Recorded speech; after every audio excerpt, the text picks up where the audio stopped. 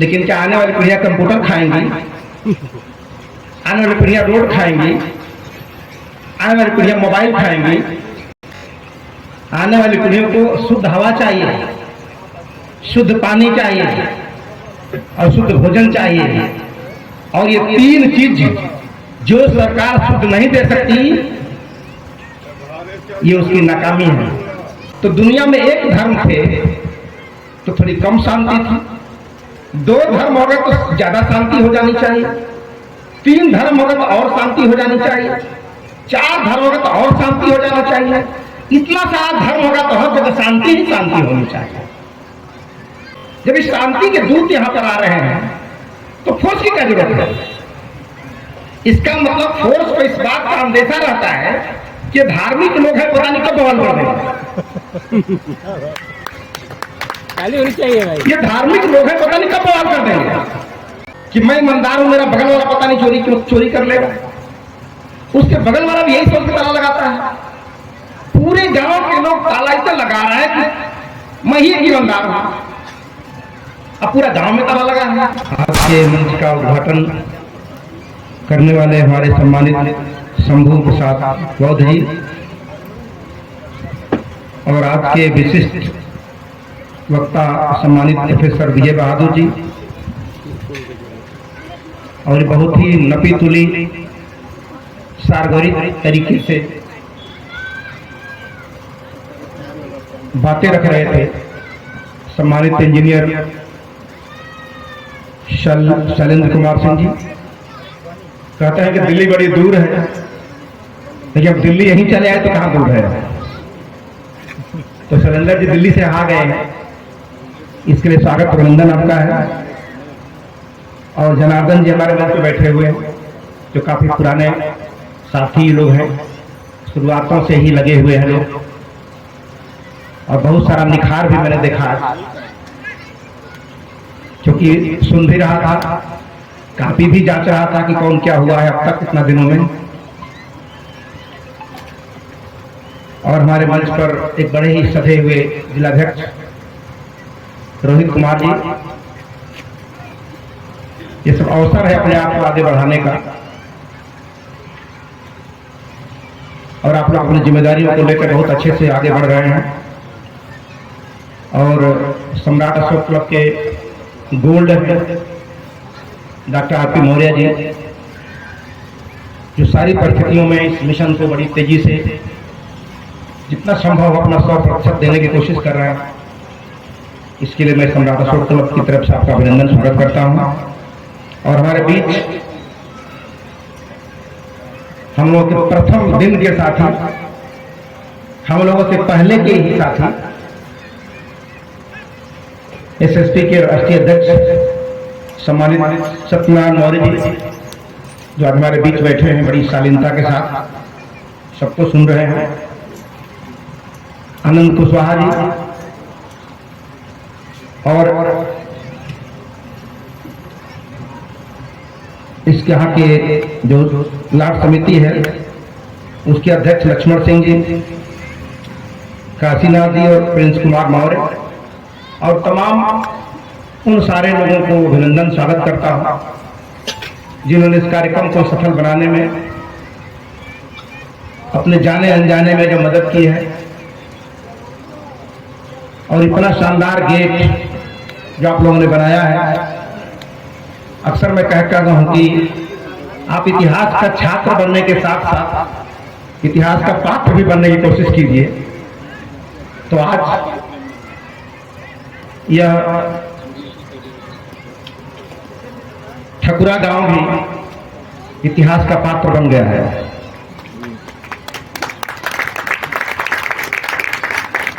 इतिहास का पात्र बन गया है।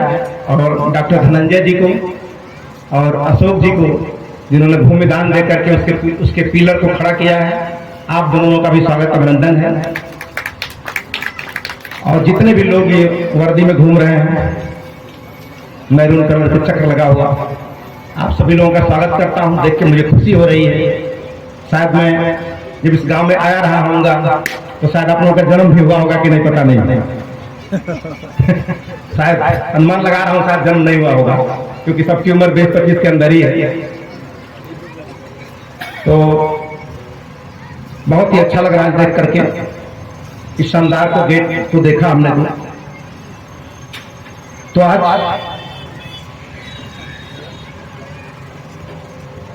एक बहुत ही बड़ी बात कह के चले गए थे शैलेंद्र जी कि हम आने वाली पीढ़ियों के लिए क्या छोड़ के जा रहे हैं।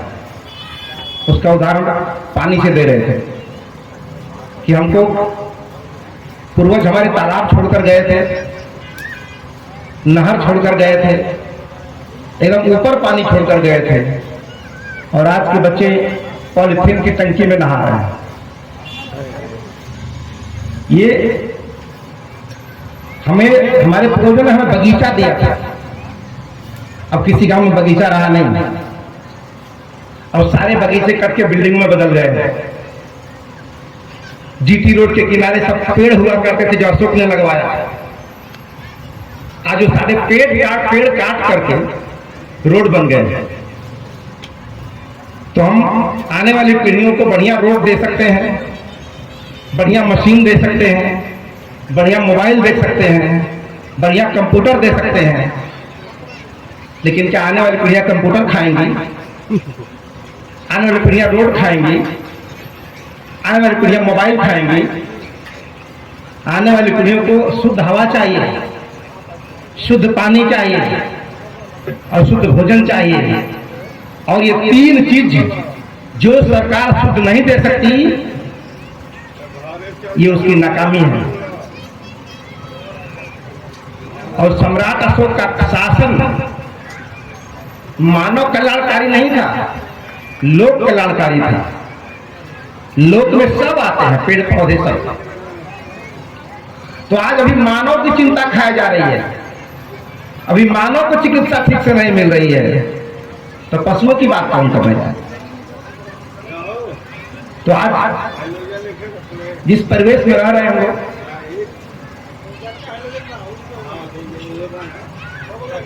ये शांति साइलेंट,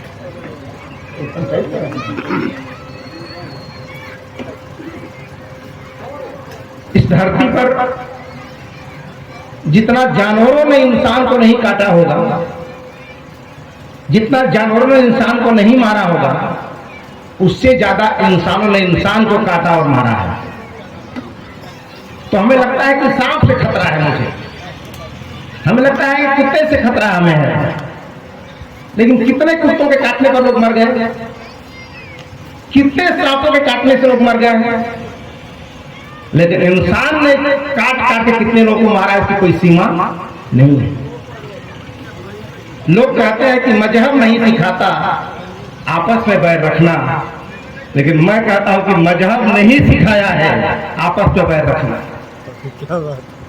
अगर ऐसा नहीं होता तो दुनिया में एक धर्म थे तो थोड़ी कम शांति थी, दो धर्म हो गए तो ज्यादा शांति हो जानी चाहिए, तीन धर्म हो गए तो और शांति हो जानी चाहिए, चार धर्म हो गए तो और शांति हो जाना चाहिए, इतना सारा धर्म होगा तो हर जगह शांति ही शांति होनी चाहिए। लेकिन जितना धर्म बढ़ता गया उतनी अशांति बढ़ती गई। इसका मतलब जो धर्म के संदेश है तो एक ऐसे शुगर कोटेड कैप्सूल में दिए जा रहे हैं कि खा तो लोग मीठा समझ के रहे हैं, लेकिन अंदर जाके अशांति पैदा कर रहा है। जैसे कोकेन दवा है ना मलेरिया की, ऊपर से मीठा कैप्सूल होता है लेकिन अंदर वो तीखी दवा होती है। तो अगर ये सारे धर्म अच्छा रास्ता दिखाते तो कोई भी धार्मिक महोत्सव होता है, आप लोग देखते होंगे, ईद ईद बकरीद दशहरा कुछ भी हो, तो इतने सारे पुलिसों की ड्यूटी को लगाई जाती है, फोर्स उतारा जाता है, कई गाड़ी। जब इस शांति के दूत यहां पर आ रहे हैं तो फोर्स की क्या जरूरत है? इसका मतलब फोर्स को इस बात का अंदेशा रहता है कि धार्मिक लोग हैं, पता नहीं कब बवाल कर देंगे, होनी चाहिए भाई। ये धार्मिक लोग हैं, पता नहीं कब बवाल कर देंगे, इसलिए वहां पुलिस फोर्स लगाई जाती है।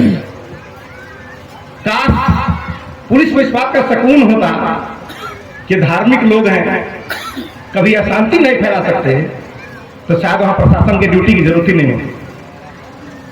तो ये छोटे छोटे जो लक्षण हैं ये बता रहे हैं कि हमारे अंदर क्या चलता है और बाहर क्या निकलता है।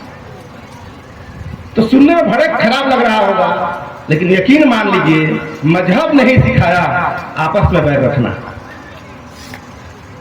हर मजहब सिखाता है गर्व से कहो कि हम हिंदू हैं। किससे कहें भाई? किससे बोले गर्व से? गर्व से कहो मुसलमान है तो किससे बोल रहे? आखिर हम गर्व से किससे बोल रहे हैं? किसको सुना रहे हैं?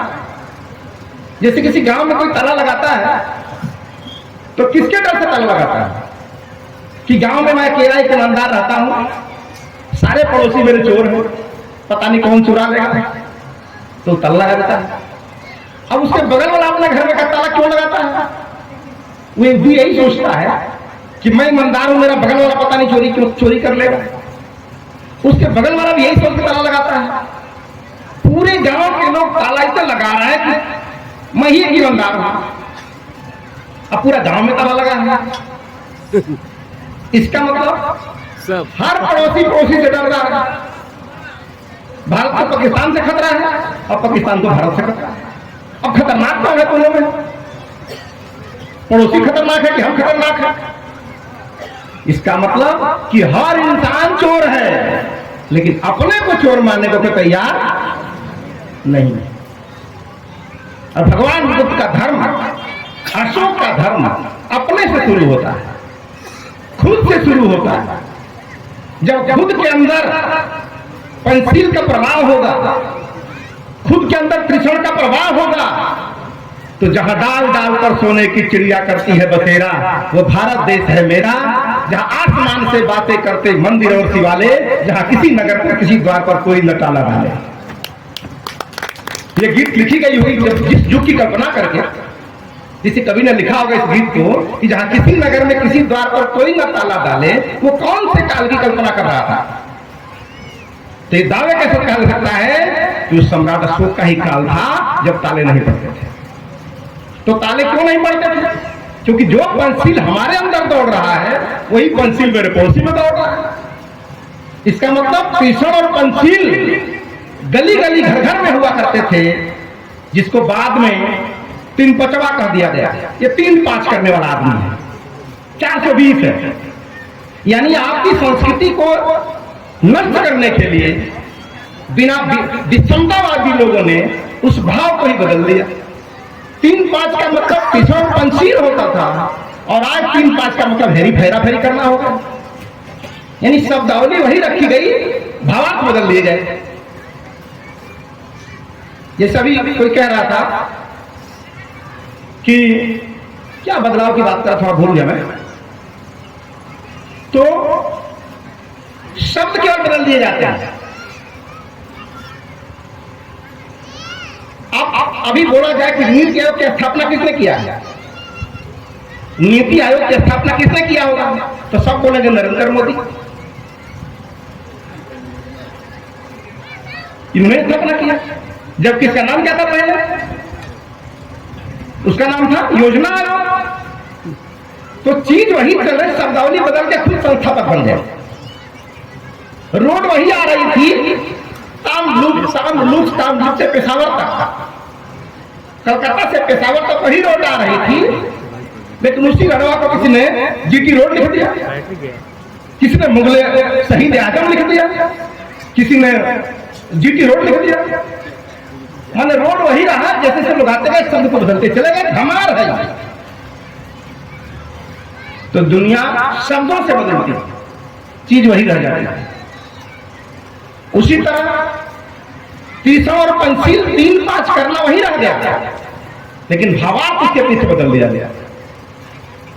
जैसे कि कह दिया जाए, निशाचर शब्द आपको कहा जाए, राक्षस शब्द कहा जाए, तो शब्द को कहते ही आपके सामने कैसी तस्वीर आती है? एक बड़ा बड़ा मुंह वाला, बड़ा बड़ा दांत वाला, बड़का बड़का दांत वाला। क्योंकि ऐसा फिगर आपने कहां देखा है? कैलेंडर में देखा है।